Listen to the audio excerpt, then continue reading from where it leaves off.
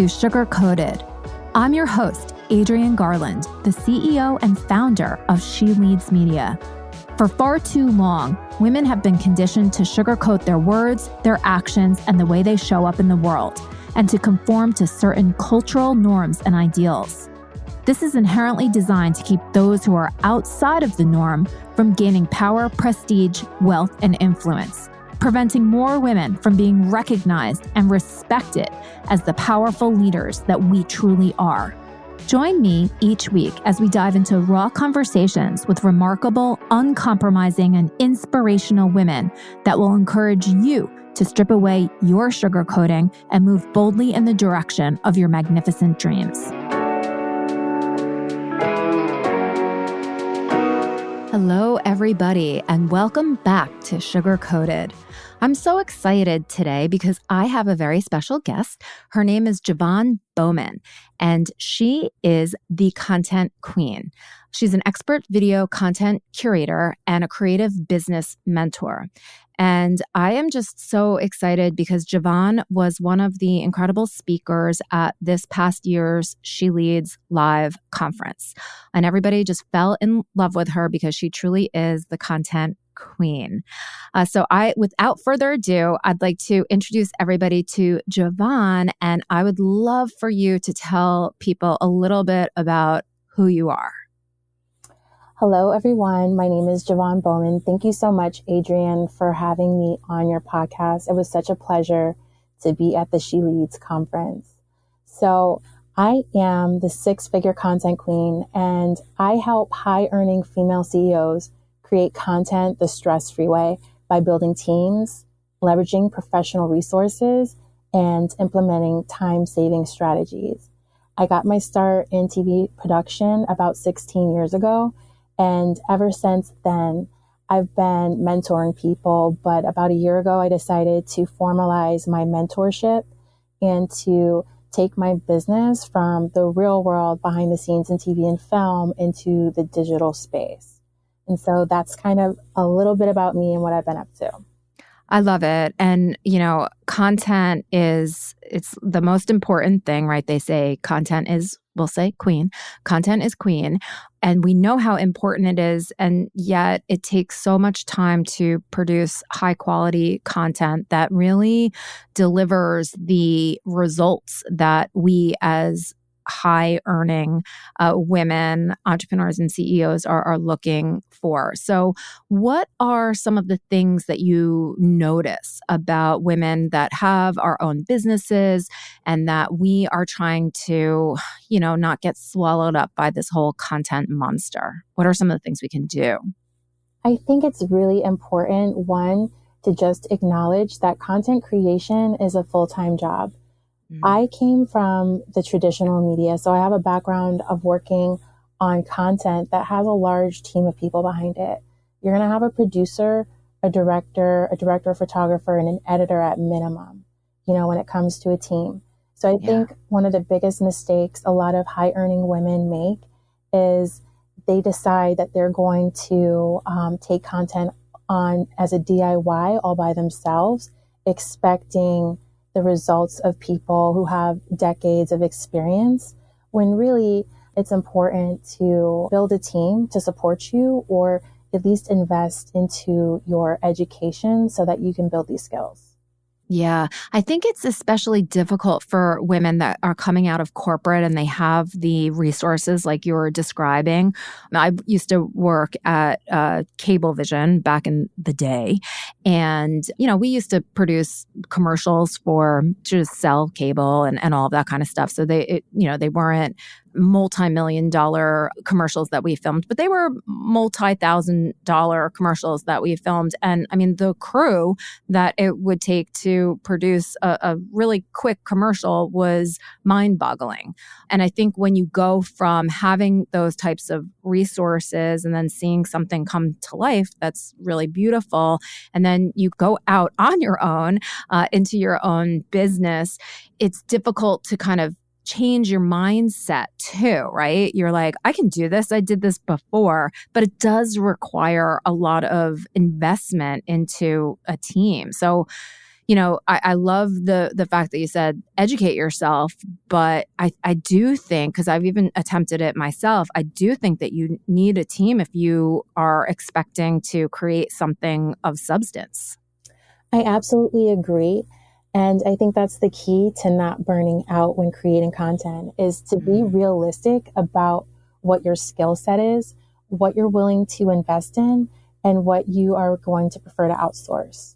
For example, some people, they have no problem pulling out their iPhone and creating content. But when it comes to editing the content and posting it, that's where their obstacle is.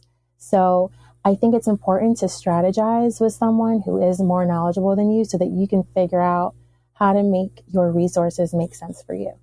So now Jevonne, how did you go from being sort of on that media side? You were in corporate. I know how exciting that can be on the one hand, and also sometimes, you feel like you're being held back and that there's not a lot of places to go. What made you decide to make the leap from corporate to entrepreneurship? You know what? When you say leap, it sounds like I was on one side and then the next day I was on the other, because I took one big leap. But the reality is I started my first production company, Jab New York LLC, in 2012, while I was still freelancing and working in corporate. In fact, I didn't ever have a secure, like 9 to 6 media job where I kind of went into the same place every day. I was always a freelancer, always going from one gig to the next, investing in relationships and taking my career and directing it and leading it myself, starting off working in commercials and promos for local news into reality television, and then also working in scripted behind the scenes and post-production. So I was always open to do multiple things. I felt like the corporate world offered me exposure to team building and strategies and processes that are used at a high budget level.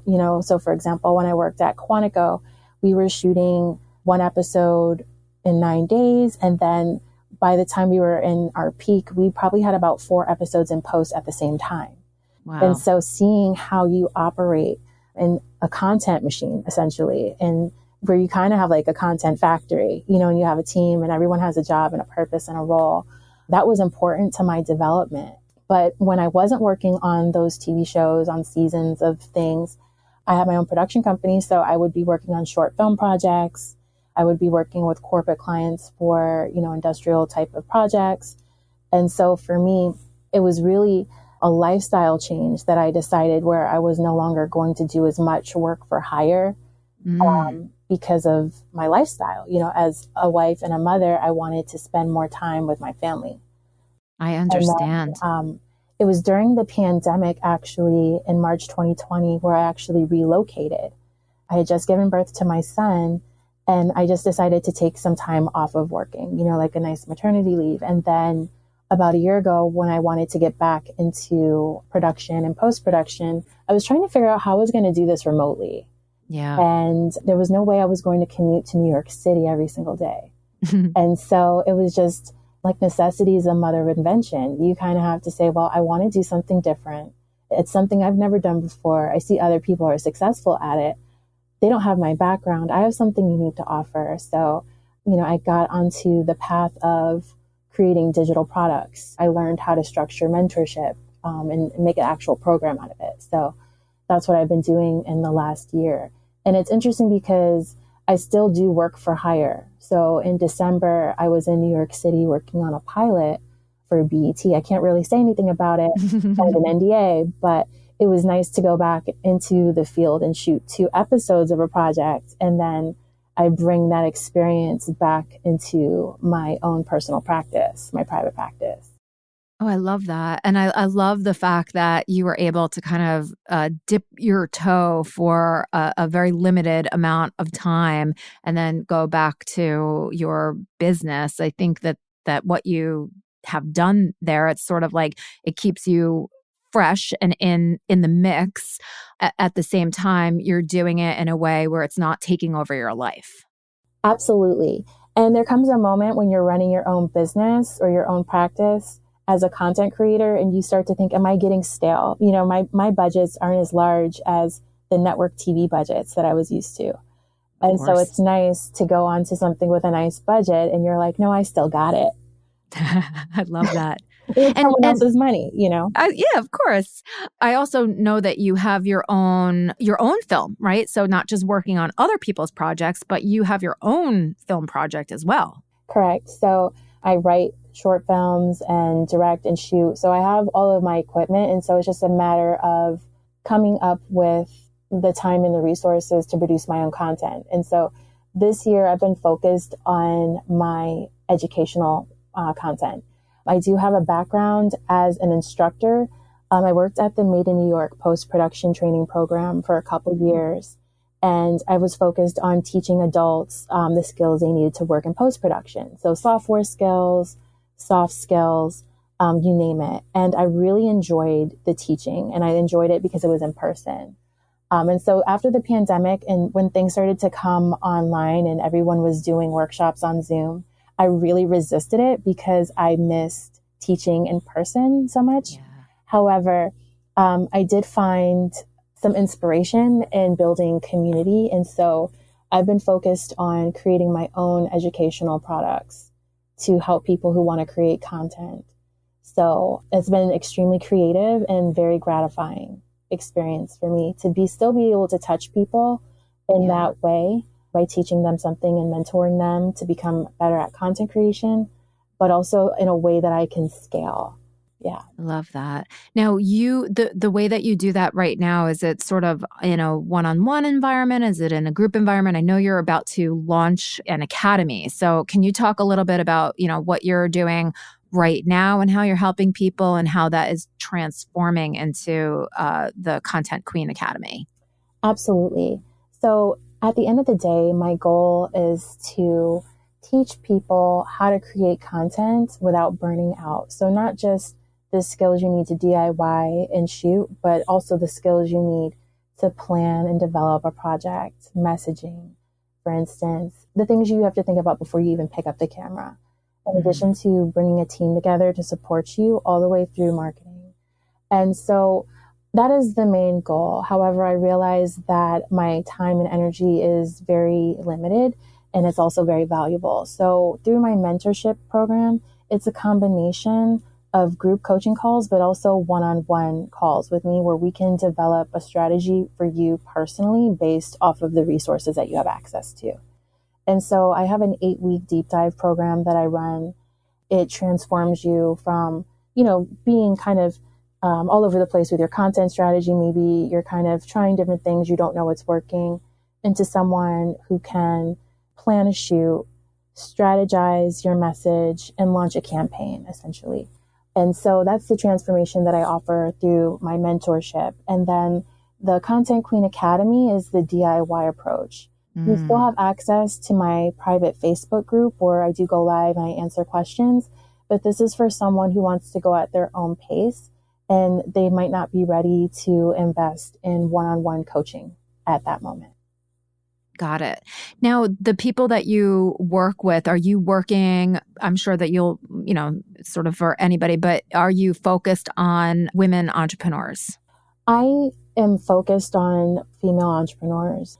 I think that there's something about content creation that women have been gate kept out of, as far as the technical expertise. And that's something that I definitely resisted and struggled against when I was working in the traditional media industry, because when I would show up on set, perhaps I'm behind the scenes working with a DP as an assistant, whether it was carrying something that seemed to be heavy or knowing what the name of a piece of gear was. I think women are questioned when it comes to our technical expertise. And so I like to show women that you can still be feminine and you can still create awesome looking content. It's not about how heavy or big your camera is. It's about getting the most out of it. It's not about the size of the camera. It's about what you see as the end product. I love that so much. So it's about the artist behind the camera. And so I think your tools, it's going to depend on what your resources are. When you have more resources, we can get into different lenses and cameras, but that shouldn't be what stops you from creating content if you really want to make content. Yeah, it reminds me a little bit of the financial world where there are, and again, like I hate to make sweeping statements, but there are a lot of women that I hear from that that they're afraid of the numbers, they're afraid of, the finances, and they're intimidated because sometimes the finance world, they throw around all of these acronyms and they make it seem like it's really scary and complicated. But if you just kind of take the time to understand what those acronyms mean, do a tiny bit of education, you see that it's not as difficult as people are making it out to be. And so it's kind of getting rid of that fear through education and then practicing, right? Like that's the only way that you can feel comfortable. Absolutely. You have to practice. And one of the things about both mentoring and also my academy is that you have to be the one that's going to execute. You have to be the one that's going to take action. I can be the person to guide you, but you still have to put in the time, especially when it comes to content creation. No one can make it for you. I mean, you can pay me to make it for you, but if you want to become an actual creator or producer or lead a team to work on your behalf, you have to be able to put your time in. You have to at least be a collaborative part of that process. You can't just turn it over to someone and say, do this for me. You have to very much be in it, just as you would as if you were making, a film or a commercial or a podcast. Absolutely. And I think there's this mysterious art of producing that a lot of people don't understand because they don't really know what producers do. You go to the theater, you see the credits and you see produced by, and then you see all these other names, and it's very strange. So what I like to do is I like to demystify content creation for, layman, in layman's terms. And so everything that I do is geared towards absolute beginners. I don't use complicated terms. I'm not going to spend a lot of time talking about codecs and bit rates because that's not really important when it comes to creating content. If you want to learn more about that and you decide you want to go deeper into like post-production or into like being a DP, then that's another thing. But as a generalist, I think it's, I really try to focus on the most important aspects so that you can get the most transformation in the least a bit amount of time. I love that. And like when we're talking about content, right? Like you and I, we know what we're talking about, but can you just describe when you say content creation, right? Content can literally be anything. What you and I are doing right now on this podcast is we're creating content. So can you just describe what type of content creation you're talking about when you're just helping people through doing this on their own or even mentoring people? I think ultimately it depends on your goals and what platforms you want to use. But when I talk about content, I'm talking about information that you're disseminating on social media platforms. So this could be text. So this could cover topics like copywriting. This could be graphic design, photography, or video making. My specialty is video, and I think that is the future. And it's also one of the most intimidating aspects of content creation. So that is what I tend to focus on. So short form content like Instagram Reels, YouTube Shorts, TikToks, YouTube videos, things of that nature is where I really develop and shine. I love that. Yeah, I'm so joining the Content Queen Academy when you roll it out because it's so funny. I come out of the media industry and I want everything that I do to have a certain quality. And because I know that I can't do that on my own right now, I don't do it. So I'm just not doing video at all because I want it to be of a certain quality. And if it's not, then I'd rather just not do it at all. But I know that that's a mistake. I know, especially being in, the media, everything from being discovered, being quoted as an expert in different publications, or being invited to share your opinion or even speak on stage. You need to have all different types of content that are sort of out on the internet because it's a credibility factor. Absolutely. And you said something that I hear a lot, and that's about procrastinating because you want perfection. And that's not really what your audience expects of you, even though you expect it of yourself. And you actually cannot get anywhere if you're focused on perfection. So what I would recommend, and this is what I recommend for everyone, is to focus on mastery. So focus on one type of video that you want to create and master that process. And once you master that, you will never be perfect. Perfect isn't ideal, but you will get better.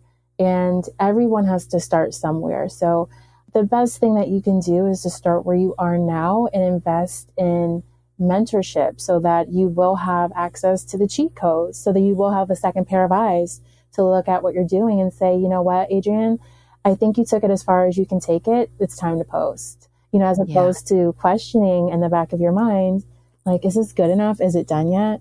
So that's one of the things that I offer as a mentor as well, is to be your second pair of eyes and to let you know when you can take an idea and develop it further visually and when it's actually good enough and just post it.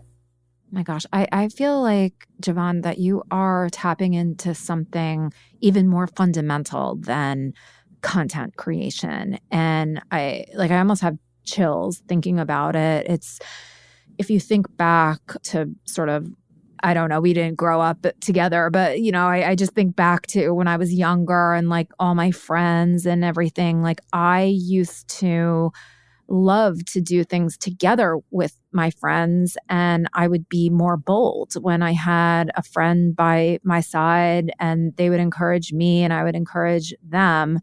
And I just feel like that's something that, as women, and again, sweeping statement, as women, it's something that we are, it's our comfort level almost to have your friends, your friends by your side as you're doing everything. It reminds me, like, in college when you're going out and you're like, come with me, come with me to the bathroom, because not just because you're insecure, but because it just gives you that boost of confidence. And so I think your mentorship, you're like, hey, you've got this. Like, oh, you think so? Yeah, let's go. That, I think, can make all of the difference in the world. Absolutely. And that's why I named my mentorship program the Royal Content Coterie, because it's not just single one-on-one sessions with me. I also have group sessions where we can chat with other content creators and we can talk about what we're doing, what's working for us, so that you can actually have a community of people to support you along the way, because it does get lonely. And in addition to that, I run a Telegram group for my mentees where I post high energy inspiration every day, as well as content prompts. So it's exciting because if you don't really know what to post, sometimes you just need a little prompt, or you need some inspiration based off of other people that you know that are doing it as well. It's something to like the effect of, when you know someone on a personal level who's creating content, you can ask them, well, how did you do that? Or, hey, you did that. I can do that too. Let me hack that. So I think having the groups, having the Facebook group, having the Telegram group is a vital part of the mentorship experience with me, because you're not just doing it alone by yourself. You have other people who's got your back too. Oh my gosh. So I have no idea what a Telegram group is. Can you please explain? I wonder if I don't know what it is, if others don't, or if I'm the only one that doesn't know. So what is it? Well, Telegram is just a messaging app. And so I have a group that a private group that I founded for my mentees. It's my inner circle on Telegram. And this is how I contact them. I can send them pictures, videos, inspirational messages, and we can all kind of hang out there. So it's like our daily place where we touch base every morning. I love that so much. And it's community, right? You said that at the beginning, like you found yourself in community. And I do think that that is something that we're hearing more and more about, but what you're doing and how you're doing it feels great. It feels, where you're not necessarily the only expert, right? You are guiding people, you're inspiring people, and then they're also contributing. And I think that that is what makes a community strong and what makes it great. Absolutely. And my goal in doing my work is not to become your go-to expert. I don't want to be your guru. I want to empower you to do this work for yourself so that you can continue to do it, whether you have a team of 1 or whether you have a team of 10.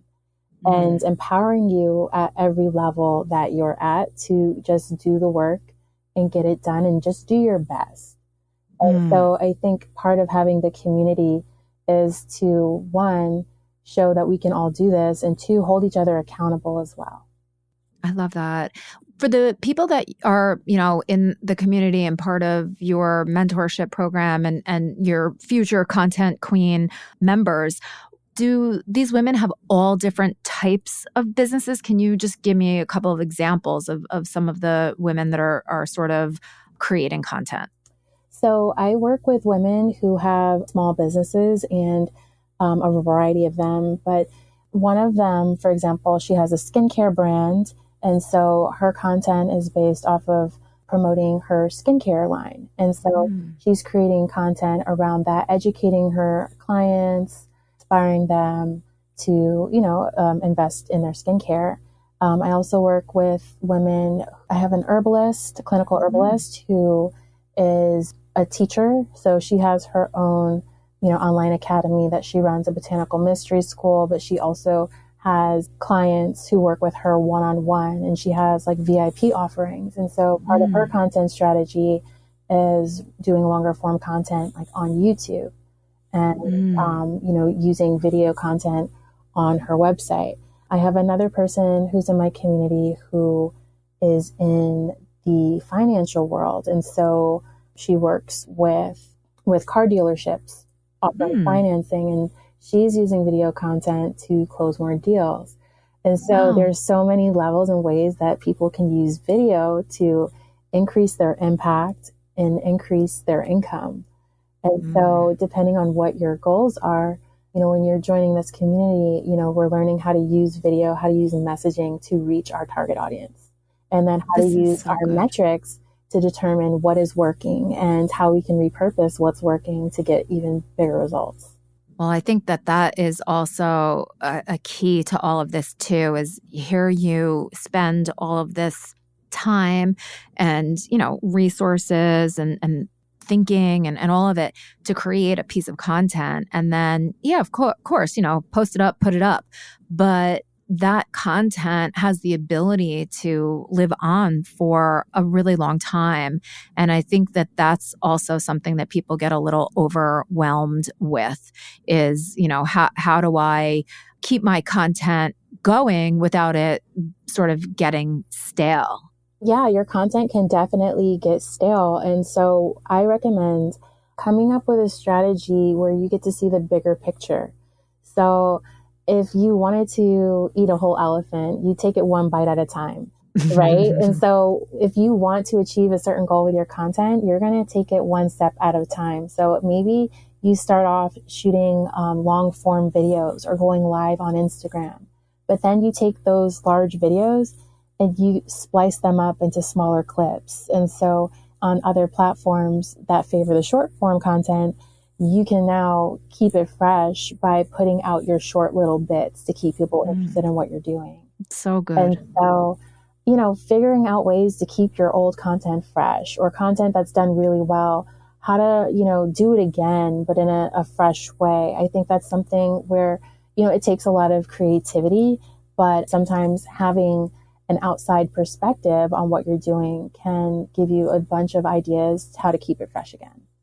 Man, I just think that all of this is so, so good. You are just delivering gold, I think.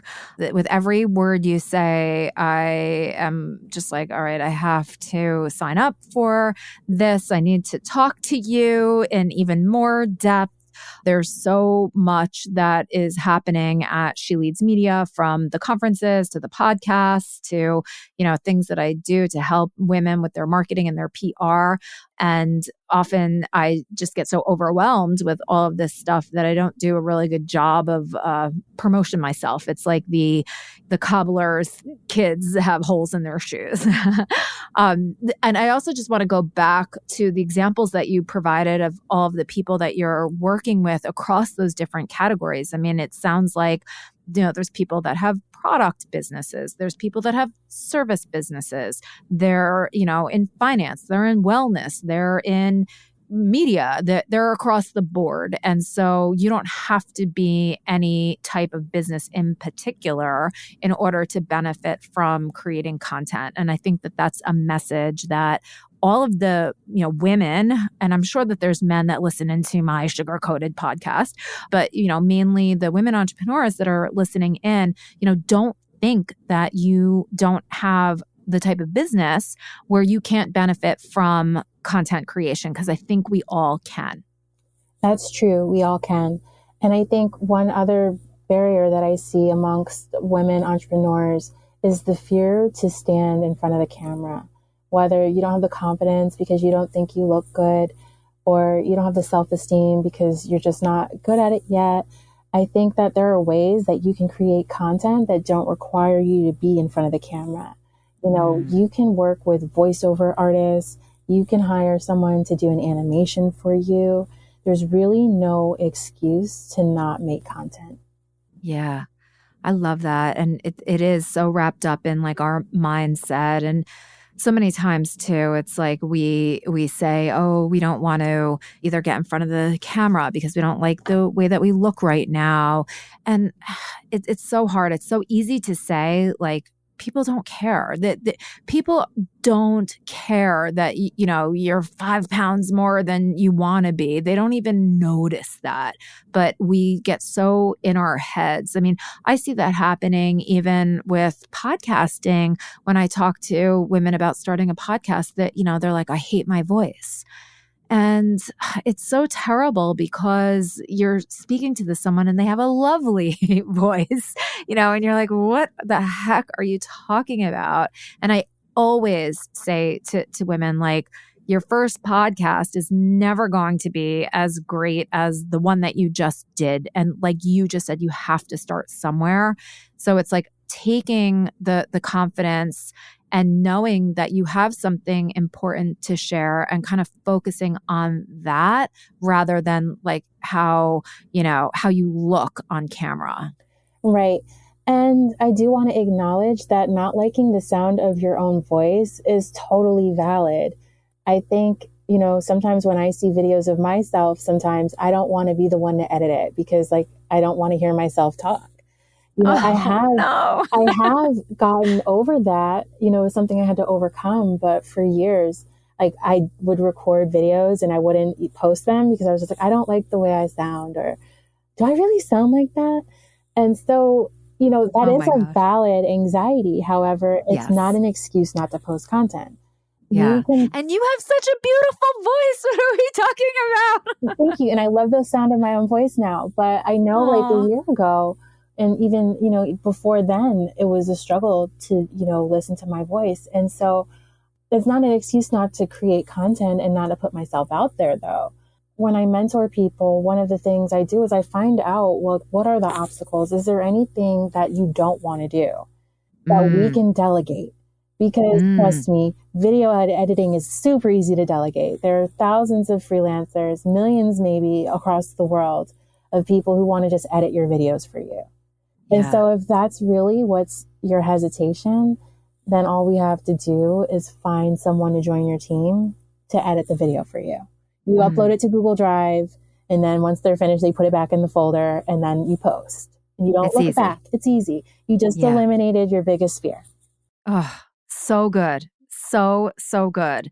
So, Jevonne, how can people get in touch with you, sign up for the Content Queen Academy that's coming out soon, hire you for one-on-one? Where can they find you? Okay, so what I want you to do if you are interested in working with me is text the word content to 518-707-1171. Again, text the word content to 518-707-1171. And I will reach out to you via text message, and I will send you a free resource guide so that you can create content the stress-free way using the same resources that I use. I'm talking about stock footage libraries, places to find royalty-free music, editing applications, graphic design applications, places to hire freelancers. You could also visit my website at sixfigurecontentqueen.com. Awesome. We are going to put all of that in the show notes. I think you're going to be inundated with text messages. I'll be the first one. Since, before we post this live, you will get a text message from me. And I just really appreciate, first of all, you coming and speaking at the She Leads conference and getting in front of all of those amazing women. And then also coming here on the Sugar Coated podcast and sharing even more incredible information with all of the listeners. I appreciate you so much, and I can't wait to help you to promote the Content Queen Academy and to also just remain in company with you. I know that you're going to be somebody who's going to help me to up my content game in the near future. Well, it's my pleasure. One of the things I enjoy is serving, especially a community of female entrepreneurs like you're building. And so it was truly my pleasure. Thank you so much, Jevonne, and we will see you soon. See ya. Bye.